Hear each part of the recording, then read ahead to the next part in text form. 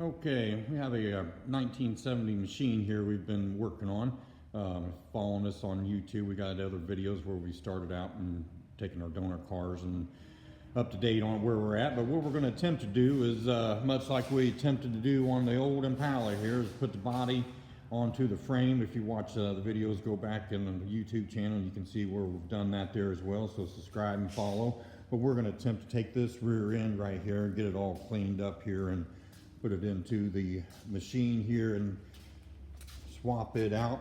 It's been hit in the rear, kind of damaged, rusted and stuff, and we've been working on the front. We've already got the floor pan in it, rockers, got the front clip on it, all mocked up there, so we're onto the back end. So like I say, if you just tuning in, following us there, subscribe to the channel and follow us and keep updated on the progress of it. So we'll get going and get started on cleaning up the back of it there so we can get it put in our machine.